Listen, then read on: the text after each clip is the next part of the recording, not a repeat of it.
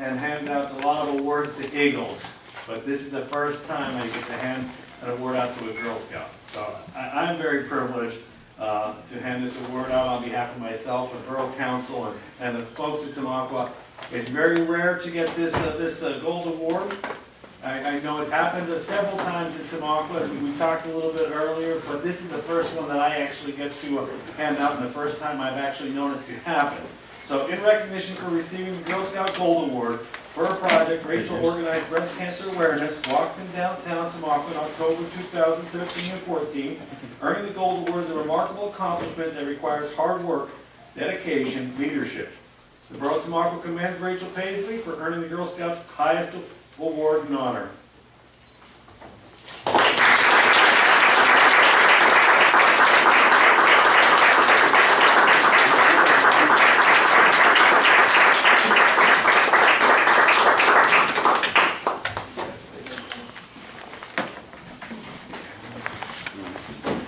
Thank you, Mayor. Rachel, congratulations on behalf of everybody here. Good work, very good event. I hope it continues next year. And it's nice to see that the Scouts are strong in Tamaqua and doing good work. Keep up the good work. Okay, communications. I have a few. First is from Greg Stewart, Project Manager, Alfred Grenish. On behalf of the West Penn Township Supervisors, Alfred Grenish and Company is in the process of updating the Township Comprehensive Plan. As part of updating the Comprehensive Plan, it is required per Section 302 of the Pennsylvania Municipal Planning Code that we notify the county, municipalities, and local school district and allow a 45-day period to review the document and offer comments. Please provide any comments you feel relative to this plan by November 6th. There's a public meeting scheduled for November 3rd, 2014 at the West Penn Township Building to further discuss the document and accept public comment.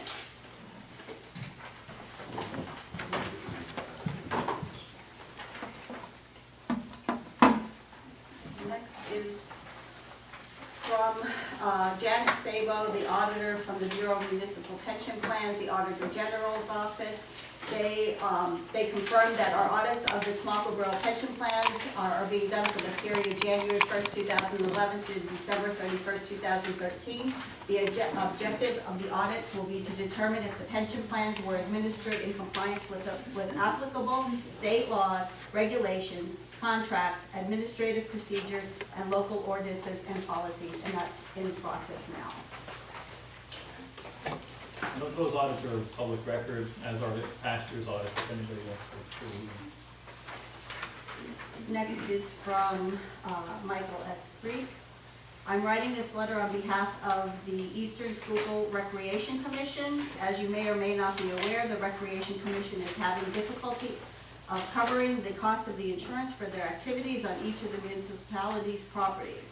Rather than require the Recreation Commission to incur this cost, it would seem logical that since each municipality owns the property, the riders could be obtained by the municipality to cover participant and spectator coverage.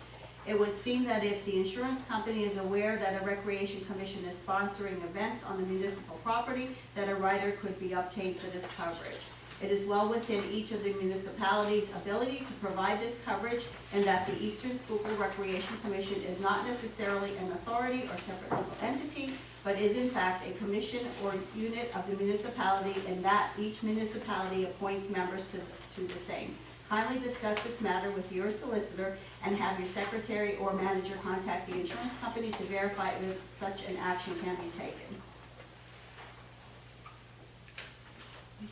We can refer that to the Recreation and Youth Committee. Actually, Kevin, I thought I saw an email from you earlier today indicating that our insurance carrier said that they could not provide a rider for. Our current insurance program does not provide that kind of coverage. They don't provide coverage for athletes or sporting events. It's not available for every involved municipality. What did you ask for? I sent them this letter.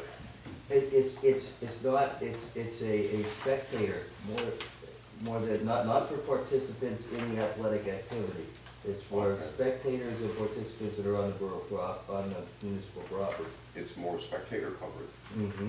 It's Oh, called, okay. the coverage was called a spectator/participant coverage, but it wasn't for the people that were actually partaking in like the volleyball. Obviously, we don't have an insurance coverage for that. Well, I think that is covered.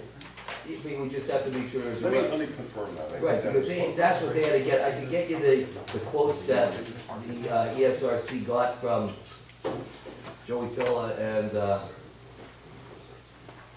or the other company they were dealing with, but they were at $8,000, and that was the main rider that they had. Oh, okay, so their insurance covers spectators, not just the There's a spectators. coverage for it. Okay, I think that's all, that may already be covered. Let me check that email that I got. There are some facilities that are not owned by the municipalities that are, the trails in particular, those leases or rights of way are owned by ESRC independently. And the ESRC has sanctioned events on the trails, or if they do have one for the bike race or something. They like actually own it? That gets its own insurance. They lease, there's a lease up through, from Service Electric for the Lehigh and New England Trail, and there's a right-of-way agreement with PennDOT for the supervisor. But and it's not to the municipalities, to the recreation. So my suggestion is our committee, recreation, youth committee, take a look at it. I guess we misunderstood. I don't think anybody else was there. Okay. Next is from F. Patrick Davison, Secretary, Tamaqua Area Water Authority. Recommends the appointment of David Christ to a 5-year term on the Tamaqua Area Water Authority beginning January 1st, 2015. Make a motion, David Christ be reappointed. Second. We have a motion by Brian, a second by Dave. Anybody have any questions or comments? Anybody from the floor wish to address this motion? If not, all those in favor say aye. Aye. Anyone opposed, no. Ayes have Excuse me. Next is from Randolph Gormley. I am tendering my resignation effective October 20th, 2014, as a member of the Tamaqua Borough Board of Health.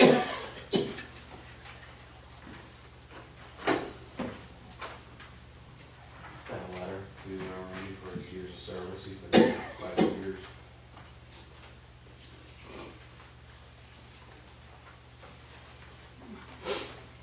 Next is from Laurie Dauchus. She's a teacher at St. Jerome Regional School. My 6th grade class is working on a science project designing rockets out of 2-liter bottles. Once the designing of the rockets has been completed, the students will be testing their rockets with an air launcher. Since we are located on Broad Street, we do not have efficient space to launch our rockets. I'm requesting permission from the borough to use the Bungalow Park to launch our rockets. I would greatly appreciate your consideration in allowing us to use the park, as the students have been working hard and are very excited to see their hard work be put to the test.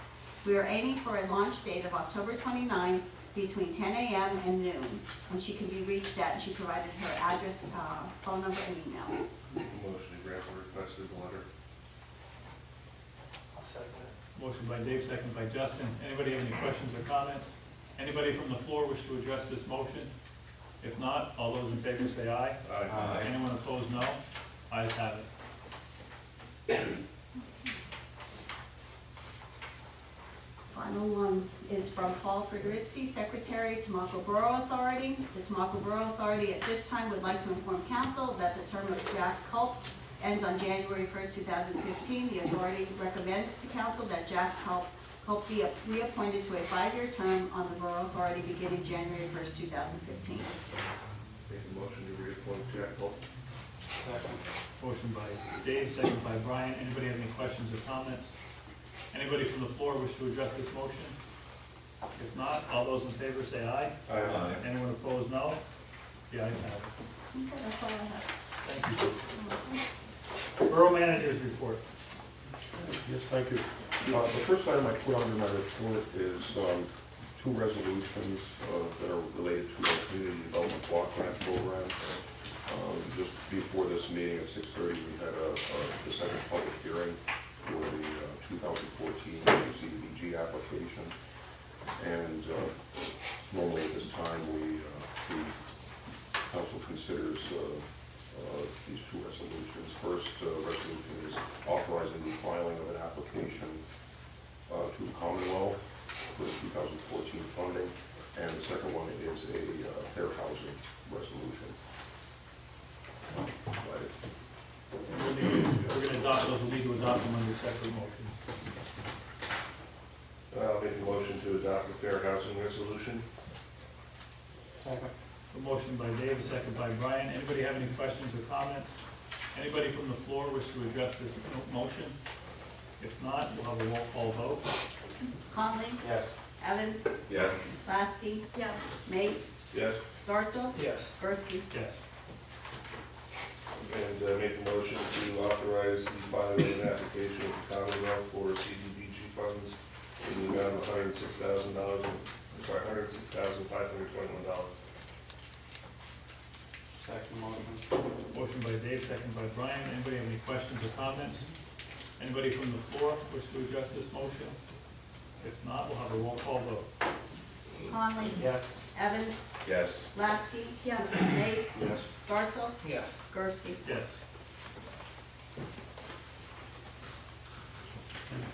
The next items I put on the agenda were 3 bid openings that we had yesterday, actually. We had advertised for bids for the sale of a former demolition site at 311 Orchard Street. That's the first bid opening, and we received 1 bid for that property. And I just need to find it. Oh, thank you. We had 1 bidder for that property. It was Davmar LLC, AKA Mary Fienza of West Bend Pike and Ringel. And she bid $3,165.75. And they did enclose a bank check for 10% of their bid. Did you do the customary investigation of the buyer likely for judicial sales Yeah, they actually own the property next door at 309. Okay, but We do have Yes, sort of no code outstanding. violations or anything? No, nothing like that. Make a motion to approve the sale. Oh, I'm sorry, I thought you said. Oh, we have a bit of a dispute with them over, they're alleging that there was some damage to their property as a result of the demolition, so that is hanging out there. I just wanted to make note of that. And the sale, the potential sale of this property to them would have an impact on the resolution of the dispute? No, that's just, I don't see the two being related. The only issue we have with the neighbor is that issue, but I don't see that being related to the sale. Would the damage be part of the company that handled the demolition? Well, so much time has passed since the demolition. You know, I have to discuss this with Mike, but I mean, so much time has passed. The guarantee on their work is well past. That would go for us as well. Probably about 2 years. You Yeah, know, going with them all. A lot longer than 2 years. We've been trying to sell this property for many years. Yeah, that demolition was back They in might be like 4 years ago, so. I'd make a motion then to approve the sale of 311 Warrensburg Street to Davmar LLC for the amount of $3,165.75. I'll second that motion. We have a motion by Dave and a second by Dan. Anybody have any questions or comments? Anybody from the floor wish to address this motion? If not, all those in favor say aye. Aye. Anyone opposed, no. Guys have it. Yay. We've advertised this property several times. Nice to have advertised and actually have somebody to bid on it. This was the third advertisement as it happened. Okay, the next bid opening was for 2 demolition projects. We advertised for the demolition of a single home at 67 Hunter Street. That's, if you're familiar with that area, that's where the sidewalk in front of the house was falling in. Yeah. We had to go up there and collapse it before it was filled in, so no one would get hurt there. And the other one is at 252 Cottage Avenue, which is on a rather steep slope, and it's also attached. It's the end of the triplex. So I believe everyone has a copy of the bid results. The low bidder for 6700 Street was SDL Construction LLC of Wardsburg. Their bid was $15,630. And the low bidder,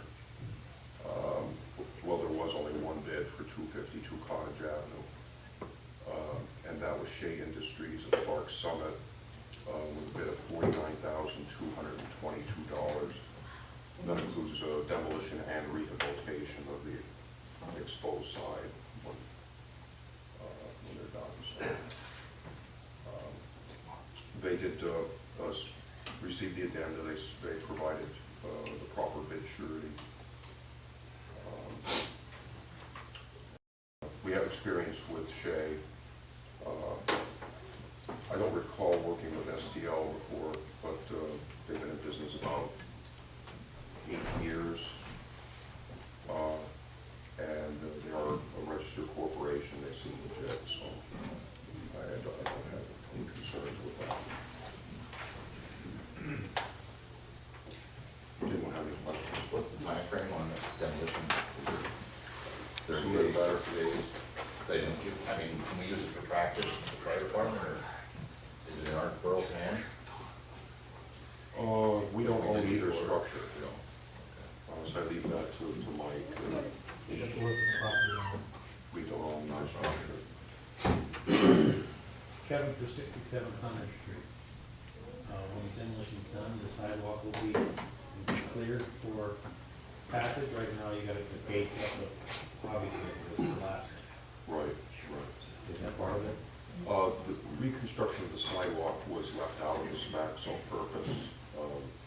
There's gonna, first of all, they might have to do, there might have to be some more excavation there when they're doing the demolition. Plus, we'll have to allow some time for it to settle. So that was purposely left out of the specs. I was gonna speak with council about that later on. Our thought in the office was our folks would come along at a later date and do the sidewalk there. Would a retaining wall be done when this demolition will be done as well? Kind of as a fence of sorts, because obviously that's, I think, slope there from the sidewalk down after the house is removed. You know, we could do a fence, but there was nothing, we didn't call for a retaining wall. Yeah. Normally in those cases, we'll do like a chain link fence, say like a 4 or 5 foot chain link fence. And those are things we'll look at as an extra cost that we Later will on. bear after this demolition will be done. Yeah, later on. Thank you. On the 252 Cottage, I understand the restoration of the detached house and I assume the difficulty in working on the slope site.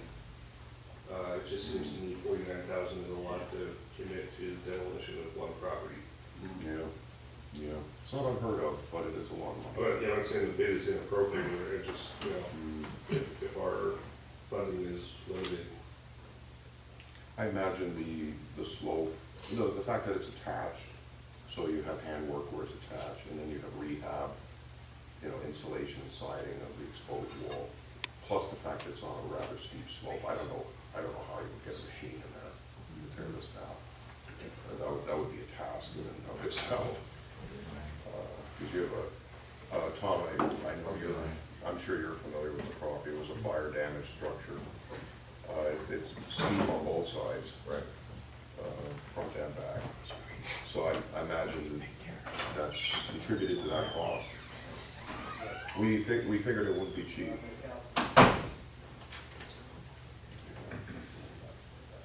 Make a motion to approve the bid from SDL Construction for the demolition of 67 Hunter Street in the amount of $15,630. Second. We have a motion by Dave and a second by Brian. Anybody have any questions or comments? Anybody from the floor wish to address this motion? If not, all those in favor say aye. Aye. Anyone opposed, no. The ayes have it.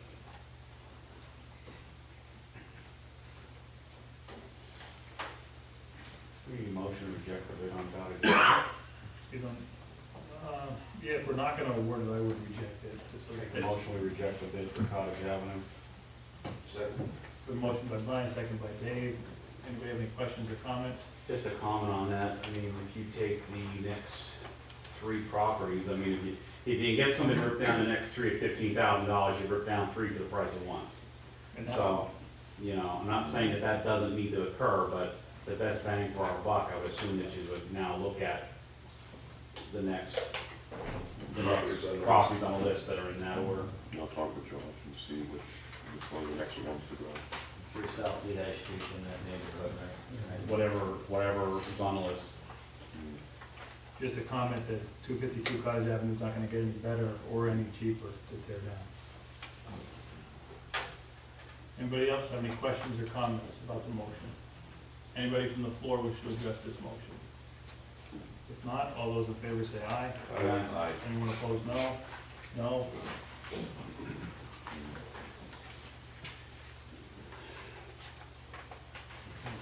The mayor just mentioned South Lehigh, I assume 13 South Lehigh. That was one that was originally to be part of this respec, but Dan and our code officers looked at the property, and they were concerned about the structural integrity of 15 if 13 was taken down. So we had a structural engineer from Barry Eisen Associates come in and look at that. And they agree that if 13 is removed, we're gonna have to build something to shore up 15, or they're concerned it's gonna, start moving. I have a structural report, which I believe I shared with everybody from Barry Eisen. They're of the opinion that it would be more economical to rehab 13. Somehow obtain ownership of it, rehab it, than to demolish it and try to shore up 15. I just want to mention that since you brought up 13 Lehigh, that is an eyesore, Yeah, sure. everybody sees all the time. Yeah, that's where we are with that one. But again, we don't own the property. We would have to somehow, before we rehab it, somehow gain control of it. That's possible. Is this property, Or we'll be more accountable. I'm sorry, is this property related to the Wabash at all either? It's not connected, so it's still on our list of properties that are not connected. So that, 13, is that what yeah, 13 went into 15, and then into Wabash. 15 connected to the sewer system and disconnected 13. So 13 Not has connected no to anywhere. service Right. anywhere. Yeah. Right. Yeah. Yeah. Okay, so since that had come up, I just wanted to touch on that. The last bid opening we had was for our annual allotment of heating oil. We had 2 bidders. Baking Oil Company and our current supplier, Superior Plus Energy. Fagley submitted a fixed price bid of $2.99 a gallon. The floating price, I had an issue with. There was some notes and there was one number and some notes. It wasn't completely filled in other words. So I didn't see that as being a legitimate bid. And then Superior, they had no bid on the fixed price, and they bid on the floating price option at 17.9 cents a gallon, which is the same bid that they submitted last year. That's what we had last year, Kevin. Hmm? We went to floating last year and had these folks. We've been going historically with the floating price. We accepted Superior's bid last year was 17.9, as it is this year. I looked through our invoices for the past year, and this past year, I can tell you, it did appear to benefit us. We had 64 deliveries, and 37 of those were under the competitor's fixed price. So it looks like we averaged just under the fixed price bid that we got last year. So it does appear to have benefited us at least this past year. Now, last year the competitor again was Fagley, and his bid was $3.39.9. This year it's 2.99. He dropped his price considerably. So, for what it's worth, that's the history. What's going to happen this coming year is anybody's guess. You don't have a crystal ball, so. Did they also lock us, it wouldn't go above? The fixed price is a lock-in. No, but I'm saying, do we have any type of, so we don't have any lock-ins, it's completely floating, there wasn't a threshold with the floating at all? No, it's whatever they pay. Right, I know some plus- offered a cap as far as that float, but, Yeah. Yeah, we asked for a fixed price, you know, whatever a gallon. And we asked for the floating or the price differential is whatever they pay at the terminal plus a fixed add-on. And their add-on is 17.9 cents. So make a motion to award the, May I ask one more for you? Well, just under the floating price from Peggy, was the nature of the error or problem something that the price was not able to be determined, or was it something administrative? well, it's not what we asked for. On the form, we have blanks that need to be filled in. If you don't fill them in completely, it's not a bid. They made notes. They didn't provide the key information, which is what is their add-on price? So What it is was not their- responsive. Yeah, they made notes that their price is whatever they post on their website minus 5 cents a gallon. That's not what we're looking for. Okay. You know, we want whatever price they pay plus a fixed profit. Okay. So to me, that, Not responsive. yeah, it didn't satisfy, It didn't they didn't provide satisfy the under. requirements of the bid book, yeah. Yeah. make a motion to accept the floating price from Superior Plus Energy Services.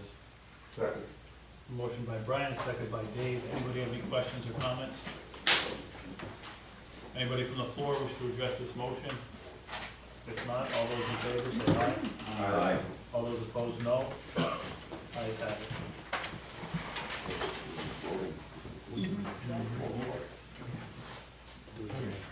Well, that's all I have for now.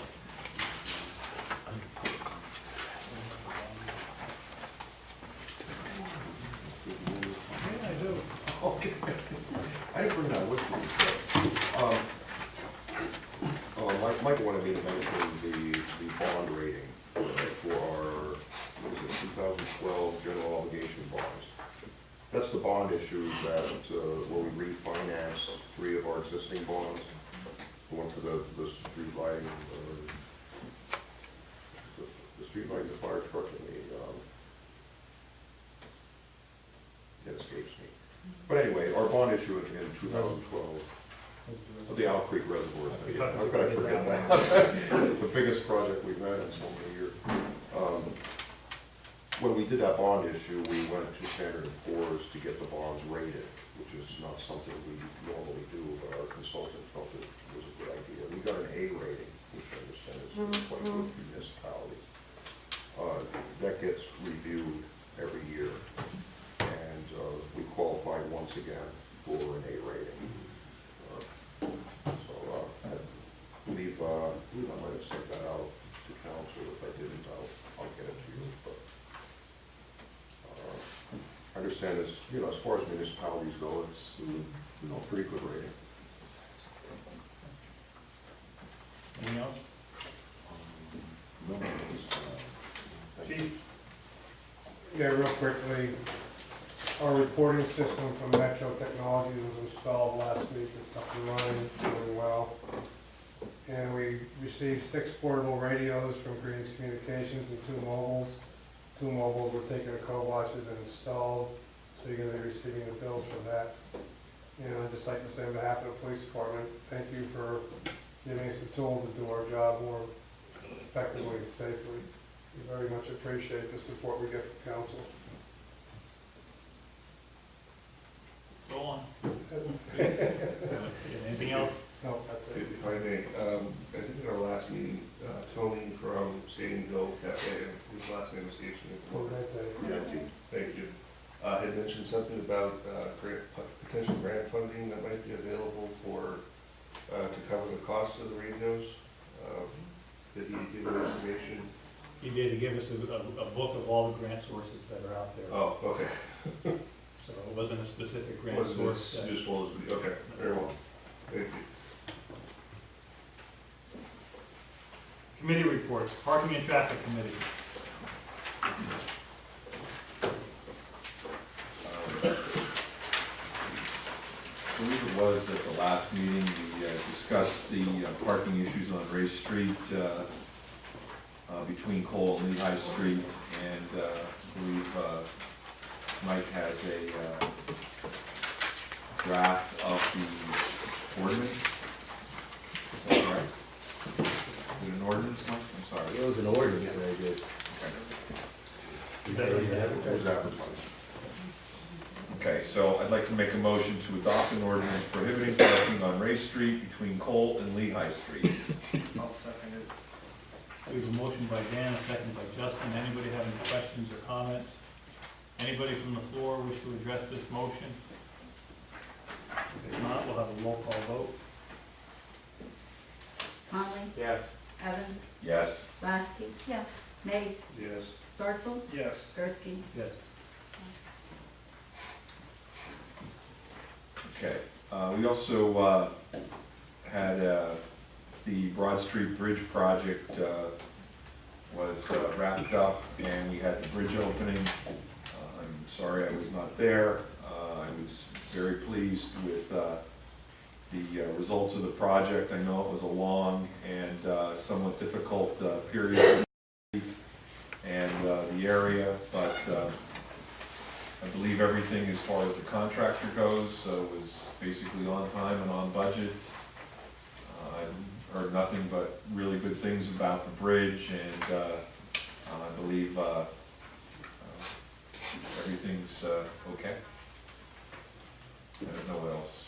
Was there anything else, Kevin, you wanted to add to that? Well, we're still in the process. I gave the committee a list of the parking and traffic Okay. changes. Right, Yeah, right, sorry. We can address those, but actually, I'd like to jump in here. You know, we talk of, as a council, every month or every 2 weeks or whatever, on, about this project that's been going on. There were some committee meetings prior to the start of the project, where it was a little bit more involved.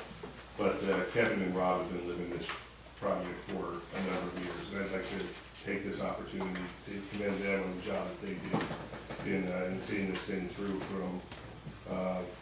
from start to finish. They're the ones that go to the job meetings and have to make the calls on our behalf to PennDOT for things that irritate us as a council. And I just want to take a moment to recognize their efforts for doing a job well done. Thank you. One thing that I'd like to ask with the bridge project, and I don't know if this is a place to ask or to find out, but what's the protocol on a bridge to, I know it's a state bridge, but, and not saying we wanna name a bridge, but there's two gentlemen that aren't here that never saw it, come to fruition. And those two guys, Kenny Smolligan and John Trudge, as everybody knows, those two guys are one of the two boisterous folks, for the interest of Tamaqua on that bridge project. It's a shame they couldn't see it be completed, and I just wonder if there's any way that we could get permission to put some type of dedication plaque on that bridge, for John Trudge and Ken Smallman. I just think it would be just a fitting tribute to two guys that are no longer here that served their community well in a project that was dear to their hearts. I wonder if that's something we could do through David or Jerry's office. I don't know what I don't know, but I'm just saying, Can you I find think it's out worth what- looking into. I'll find out. I can talk to the folks at the bridge unit. Yeah. And, see what the protocol is, but I have no idea. Good idea.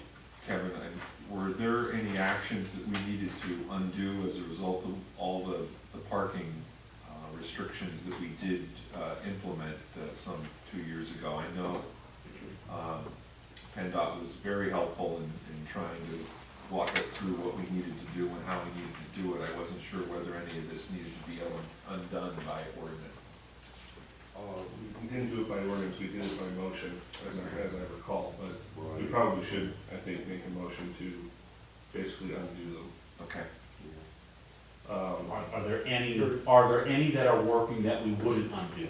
Well, there are, Rob and I have a few ideas. I think it's worth a discussion for We you did guys. take the liberty of undoing, well, I gave you a list, Right. the asterisk showed things that we took the liberty of already Undoing. undoing. Okay. Yeah, if we didn't allow parking back on Cedar Street as soon as the bridge was done, Right. there'd be people outside with pitchforks and torches. Understood. So, I mean, they wanted to park there before the bridge opened, right? But, after the bridge opened, you probably saw the trucks going around picking up PennDOT signs that they rented or whatever. The 40-foot, no 40-foot turns and things like that. We've been, like I said, we took the liberty of already changing some things back, but there are a couple things that, we'd like to talk with the committee about maybe keeping a couple things in place, Okay. because they seem to be working pretty well. So 3, 5, 6, and 7 on this list. Yeah, those are the things we'd like to, explore a little further. If I can make a suggestion, whatever was already been done, we should just vote on it just to make it official. To that end, I would make a motion to permit parking on both sides of Cedar Street between Center and Greenwood Streets. Permit trucks over 40 feet in length to travel on Cedar Street. Permit parking on the east side of Greenwood Street between Cedar and Broad Streets. Permit parking on Sundays on the north side of Mock Chunk Street between Pine Street and Schuylkill Avenue. Reestablish one parking space on the west side of Pine Street at the intersection of Pine and Mock Chunk Streets. And permit parallel parking on East Broad Street between Pine Street and the bridge closure. Basically, on both sides of the bridge closure on East Broad Street between Pine Street and Greenwood. Reestablish the parallel parking there as opposed to parking.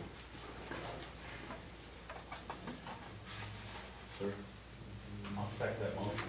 A motion by David, second by Brian. Anybody have any questions or comments? Can I have the list? Yes, please. Yeah. Thank you. Sure. Anybody from the floor? Please stand up, state your name and address. Dan Pontier, citizen of Tamaqua. I use this opportunity to point out that Joe Paterno spoke at my commencement exercise in Penn State 40 years ago. He said with his life and with the end of his life, to me, more than that address, if you see something, say something.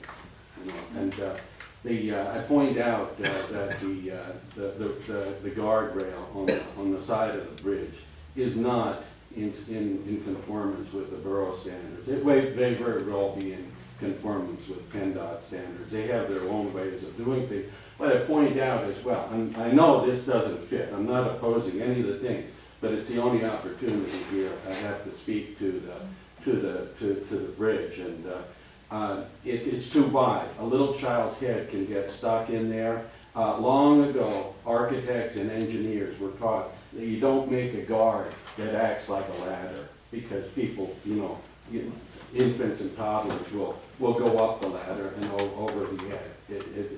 I'm not suggesting a solution, I'm just pointing it out, because the right-of-way of that bridge, in PennDOT's mind and in their realm, is curb to curb. You call them up anywhere and it's curb to curb. It's not the whole right-of-way. So there's a borough right-of-way that surrounds that really, we own the guard. It's high enough, it's substantial enough, it would keep a bulldozer from going over the end, but it does not meet the international building code standards for a guard. You say it's not a building.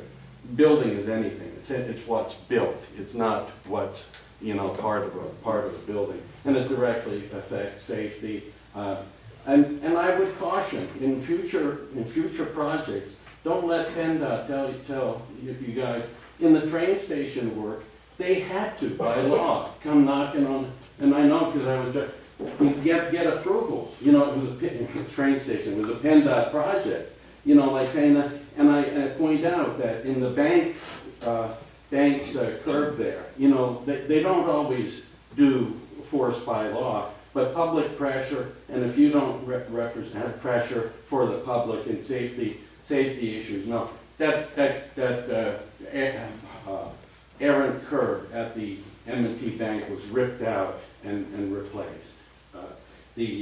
I started to say, in projects like this, where you have a long block, where you have a block that goes on, people will cross in the middle. Like if a traffic circle was considered for where 309, comes together with 209, it was opted against because the traffic circles have their own problems, but it's pedestrian friendly. And what would be wrong with working in a crosswalk, big high-tech 21st century crosswalk? Not with these signs, that cause problems.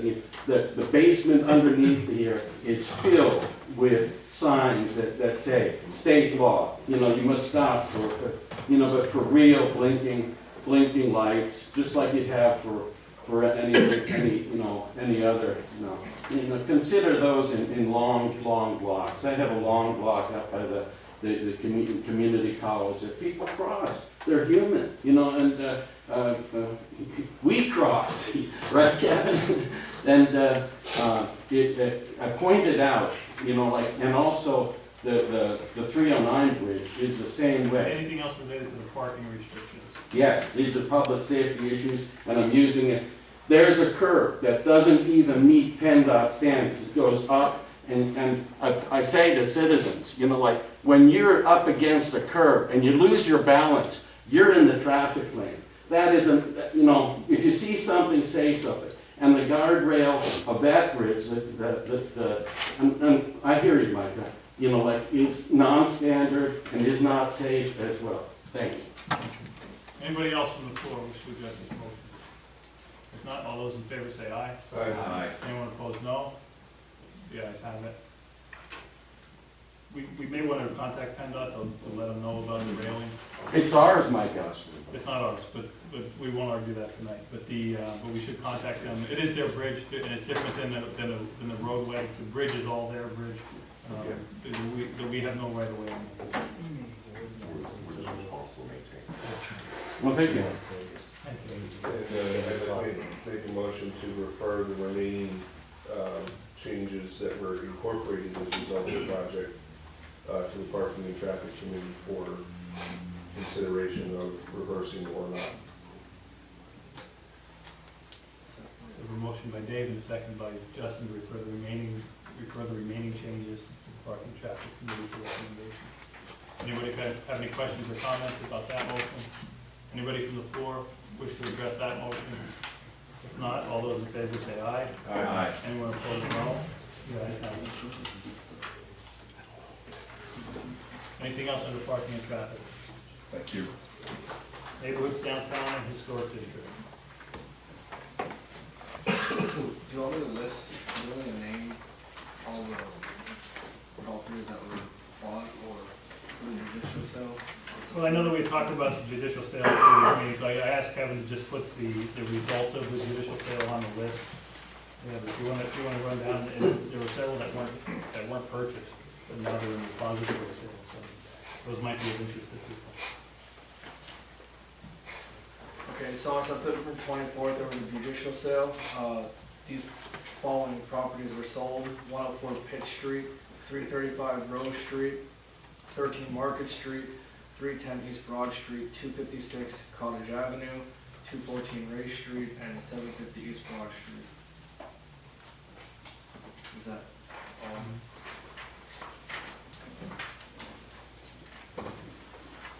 And then the ones that didn't sell were 421 West Broad, 266 Van Gelder, 160 West Spruce, and 63 and a half Bow Street. So those properties that did not sell at the judicial sale will be put into what's called repository, and outside of any bidding process, anyone can just walk into the courthouse and purchase those for the asking price. So if those properties are in your neighborhood, you might want to take a look at the repository sale list.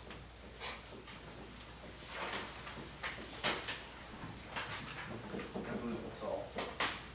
Just a note on the park minutes, we do have park minutes from October 6th. It appears there's a new person taking the minutes. If you can make sure that you're here, if you can make sure that the park committee includes the address, the street address, and the applicant, those are two important things. If council is going to be approving anything that the park committee is recommending, the applicant, the street address, and what the work is are really the three things, and so we want to make sure the person is approved. There was one recommendation to approve the demolition of a garage. I believe is it West Broad Street? Yes, sir. Hunan House. Behind the Hunan House.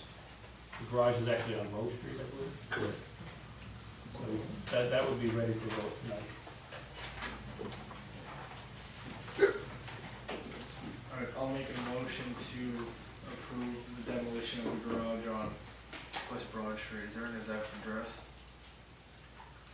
I want to say 217, 219, and 221, but don't quote. We can just say it's the Hunan House. Yeah, the Hunan House. Is there a second? Second. We have a motion by Justin, a second by Dave. Anybody have any questions or comments? Anybody from the floor wish to address this motion? If not, all those in favor say aye. Aye. Anyone opposed, no. The ayes have it. Could we revisit the judicial sale? Sure. Sorry, concerning the judicial sale list, I believe I sent everyone a letter we received from the county, from the tax claim bureau. As with all the judicial and repository sales, they're asking for council's approval or denial of the objection to the format. Right, to the sale of these parcels. I guess they'd like us to reply by the 24th. I had sent everyone a spreadsheet with what I had found regarding these properties. I believe that's attached. There are two corporations that bid that I could not find in this Department of State corporation database. I know Mike was looking for the same bidder for another community. He couldn't find it as well. That was Goldstein LLC. LLC. He couldn't find it in there as either. The other one was S&H Investment.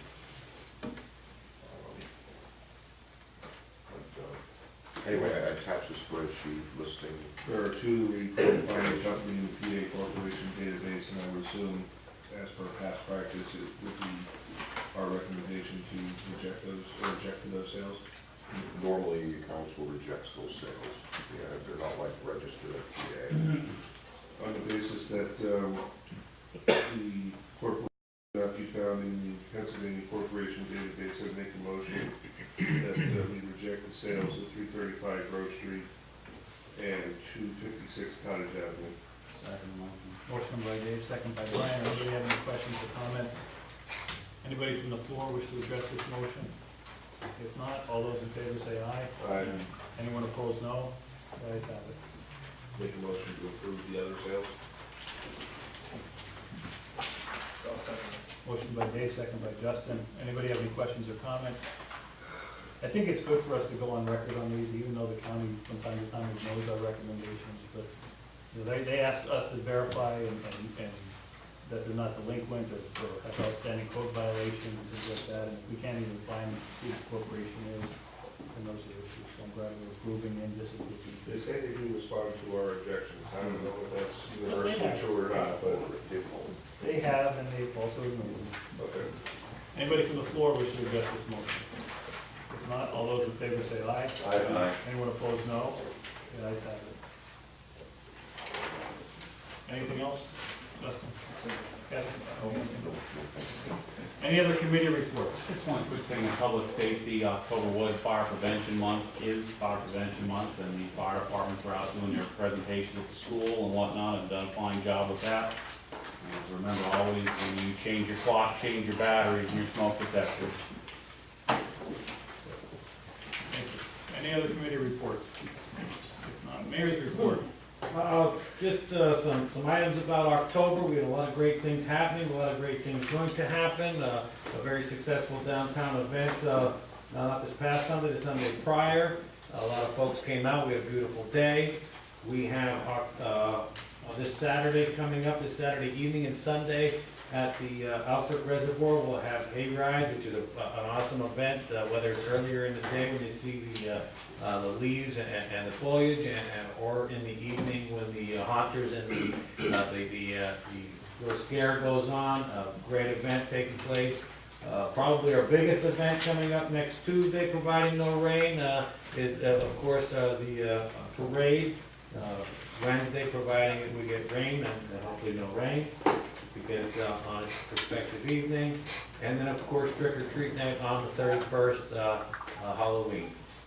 So a lot of great events in October, and we've got one big one down and several big ones to come. If anybody has not been out for the hay rides out at Alfred Reservoir, it is really something to see and participate in, whether it's daylight or not. It really is a great time that they put on a beautiful event out there. Thank you very much. I have a question for the mayor, and I've spoken about this already. So you're really not willing to change trick or treat night to the Thursday before? No. Trick or treat will be on October 31st. Thank you. Including all of the events that will be happening Friday night. I mean, we already know that trick or treat has been dwindling down over years, and now we have, I mean, we are in a football area. It's a huge football game that night. Tamaqua at Marion. We have many Marion fans in Tamaqua. We have many Tamaqua fans here. We have a big band that includes a lot of families. We know that probably almost, if not half the town goes up there. And I just feel that a lot of people are going to be left out if we keep trick or treat night on that Friday. I certainly appreciate your concern. I certainly don't schedule events around school sporting events. I understand that, but Trick or treat night has this is been a scheduled. community. This is a community event, and I mean, a lot of kids are going to be missing out on something. A lot of families. I mean, I've had people come up to me and say that this is the first time in 15 years that they're not going to be able to hand out candy on trick or treat night because they had to choose to go up. They have to choose to go up there because they have, you know, family members or members are part of the Tamaqua River Band, the football team, or even the cheerleading squad. A lot of other communities around here have changed, or they've recently changed because of the same exact thing, because of the community with Friday night football. Since since you've been in office, Halloween has only landed on, Friday once. It was a home game and you changed it because of safety issues. Other than that, we've been lucky to keep it on, trick or treat night because it's either landed on a Thursday, a Wednesday, or a Tuesday night. I just really wish you would change it. I mean, a lot of people are disgusted because they're not gonna be able to take their kids out. You know, I wish more people would have come and, you know, spoke their opinion about it, but that's what I'm here for. Thank you. Thank you. Mayor, anything else? That's it, thank you. Is there anybody from the floor that wishes to address council about any matter? Please stand up and state your name and address. Tony Rodder, 28 South Railroad Street.